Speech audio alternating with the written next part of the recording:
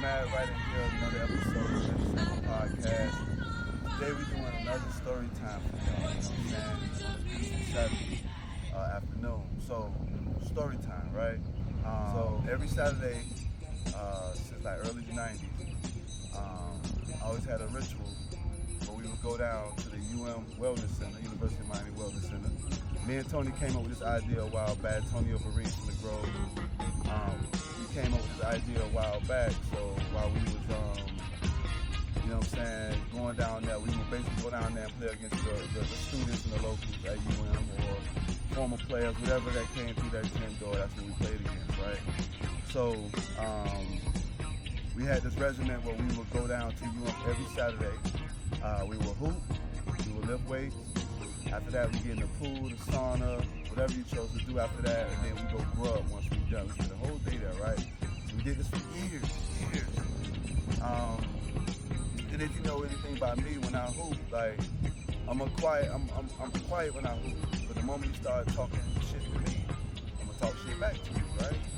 Not saying I was a trash talker, I wasn't. I let my game do the talking, but you know, like don't fuck with me, right? So one particular time, we down there, you know, and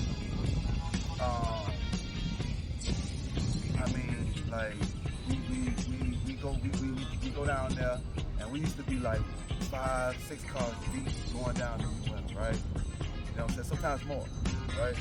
Going down to UM. So this particular time, we going there, and we busting their ass, right? We busting their ass throughout the day. I mean, multiple win streaks, right? So, this one particular game, we was close. They had this guy on there that was just, that was talking cash shit. He really couldn't hoop. But then he was, I mean, he was on some inside shit, right?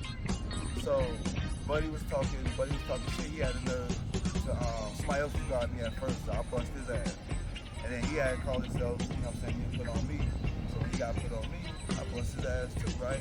So Buddy began to start talking cash shit. So when he talking cash shit, you know what I'm saying, I started turning up on his ass, so I was turning up. You know what I'm saying, I'm coming down here too, doing what I gotta do. So once the first game became a big margin, you know what I'm saying, like a big margin. We was like eating their ass, you know what I'm saying? So he comes down, he talking his shit. And then when I come down and I score like 3 times in a row, I start talking shit myself. And then when I scored this last time, I turned my back to go, defend on their side. And this motherfucker apparently rushing me to snap me. So I think my little brother say something, and my little brother catches him before he tries to snap me. So it was a weird dynamic because he's trying to hit me, I'm ducking and dodging his punches, and my brother punching the shit out of his ass. Like, it was weird. But I love that because that was just another way of my brother showing me how he always had my back. You know what I'm saying? And he always been like that, no matter who it was, he did not care. That way he always had my back. And I really, really appreciate him for that. You know what I'm saying? Like, and that's what made me reflect on this beautiful Saturday, because this looks like one of those Saturdays when we would have went to when we would have went out there, you know what I'm saying, and we would have went and hooped all day and shit. So, like I'm just thankful that I was able to have those moments with him and to know that he always had my back. Because I mean, some people would have sat there and watched what happened, or they would have filmed it from camera. You know what I'm saying? But that boy actually wanted to know, you know what I'm saying? He actually had my back. I really appreciate that. And shout out to everybody who likes, subscribe, share the content, stuff like that.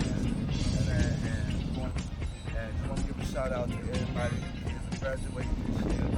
Good job. Keep it up. Congratulations. Respect.